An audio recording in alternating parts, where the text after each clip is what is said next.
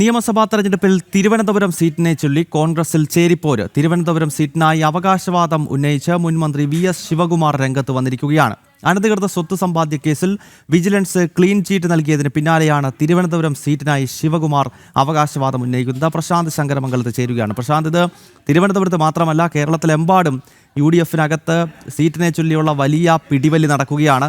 മുസ്ലിം ലീഗും കേരള കോൺഗ്രസും കൂടുതൽ സീറ്റുകൾ അവകാശപ്പെടുന്നു.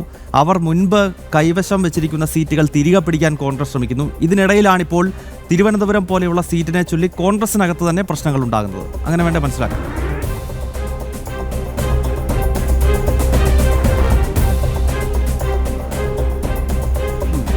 തീർച്ചയായും ഗൗതം, അങ്ങനെ തന്നെ വേണം നമുക്ക് മനസ്സിലാക്കേണ്ടിയിരിക്കുന്നത്. തെരഞ്ഞെടുപ്പ് അടുത്തതോടുകൂടി തന്നെ വലിയ രീതിയിലുള്ള പൊട്ടിത്തെറി ഉണ്ടാകുന്നൊരു സാഹചര്യമുണ്ട്. നമുക്ക് അറിയാം, തിരുവനന്തപുരത്ത് മാത്രമല്ല, ഗൗതം സൂചിപ്പിച്ചതുപോലെ തന്നെ സംസ്ഥാന വ്യാപകമായി ഇത്തരത്തിൽ ഘടകകക്ഷിക്കുള്ളിൽ തന്നെ സീറ്റ് വിഭജനവുമായി ബന്ധപ്പെട്ട കേസുകളിലെല്ലാം പൊട്ടിത്തെറി രൂക്ഷമാകുന്ന ഒരു സാഹചര്യമുണ്ട്. എങ്ങനെ ഇതിൻ്റെ വിഭജനം നടത്തണമെന്നടക്കമുള്ള കാര്യത്തിൽ ഇപ്പോൾ ആശങ്ക നിലനിൽക്കുന്നു. അതോടൊപ്പം തന്നെ സീറ്റിനെ ചൊല്ലിയുള്ള ഈ തർക്കങ്ങളൊക്കെ നിലനിൽക്കുന്ന സാഹചര്യമുണ്ട്. അവിടേക്കാണ് ഇപ്പോൾ തിരുവനന്തപുരത്ത് കൂടി ഇത്തരത്തിൽ ഈ തർക്കം രൂക്ഷമാകുന്ന ഒരു സാഹചര്യം എന്ന് നമുക്ക് മനസ്സിലാക്കാൻ കഴിയുന്നത്. VS ശിവകുമാറാണ് ഇപ്പോൾ തിരുവനന്തപുരം സീറ്റിന് വേണ്ടി അവകാശവാദം ഉന്നയിച്ചെത്തിയിരിക്കുന്നത്.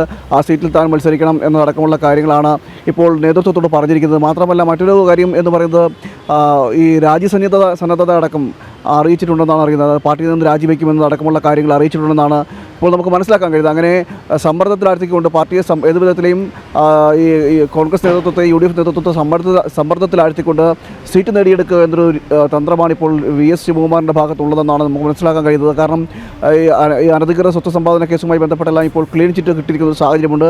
അതൊക്കെ എടുത്തു കാണിച്ചുകൊണ്ടാണ് ഇപ്പോൾ ഇത്തരത്തിലുള്ള അവകാശവാദം VS ശിവകുമാർ നടത്തുന്നത്. അതായത് ഈ സീറ്റിലേക്ക്, തിരുവനന്തപുരം സീറ്റിലേക്ക് മുരളീധരനെ കൂടി പരിഗണിക്കുന്നുണ്ട് നേതൃത്വം.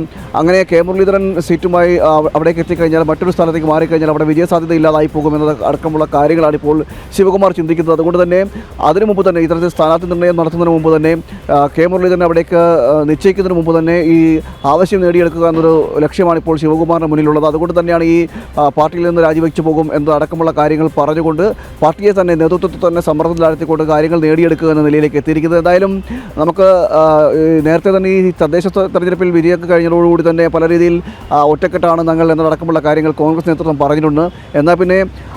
എന്നാൽ അതിൽ ഇപ്പോൾ ഈ നിയമസഭാ തെരഞ്ഞെടുപ്പ് അടുത്തതോടുകൂടി തന്നെ ഈ പറച്ചിലുകൾ മാത്രമേ ഉള്ളൂ. സീറ്റിൻ്റെ കാര്യം വരുമ്പോൾ പഴയ രീതി തന്നെയാണ് കോൺഗ്രസിൽ എല്ലാ കാലത്തും ഉണ്ടാകുന്ന അതേ രീതി തന്നെയാണ് ഇപ്പോഴും ഉണ്ടാകുന്നത് എന്ന് തന്നെയാണ് നമുക്ക് മനസ്സിലാക്കാൻ കഴിയുന്നത്. കാരണം സീറ്റിനെ ചൊല്ലി കോൺഗ്രസിനകത്ത് പിടിവലി തുടങ്ങിയിരിക്കുകയാണ്. കഴിഞ്ഞ ദിവസമാണ് വിജിലൻസ് അനധികൃത സ്വത്ത് സമ്പാദ്യ കേസിൽ മുൻ ദേവസ്വം മന്ത്രി കൂടിയായ VS ശിവകുമാറിന് ക്ലീൻ ചീറ്റ് നൽകിയത്. ഇതിന് പിന്നാലെ തിരുവനന്തപുരം സീറ്റ് നൽകിയില്ലെങ്കിൽ താൻ കോൺഗ്രസിൽ നിന്ന് രാജിവെക്കും എന്നുള്ള ഭീഷണി ഉൾപ്പെടെ ശിവകുമാർ ഉയർത്തിയിരിക്കുകയാണ്. ഒരു ഭാഗത്ത് മുരളീധരന്റെ പേര് തിരുവനന്തപുരം സീറ്റിൽ ഉയർന്നു കേൾക്കുന്നുണ്ട്. ഇതിനിടയിലാണ് അവകാശവാദം ഉന്നയിച്ച് ശിവകുമാർ കൂടി രംഗത്തെത്തിയത്.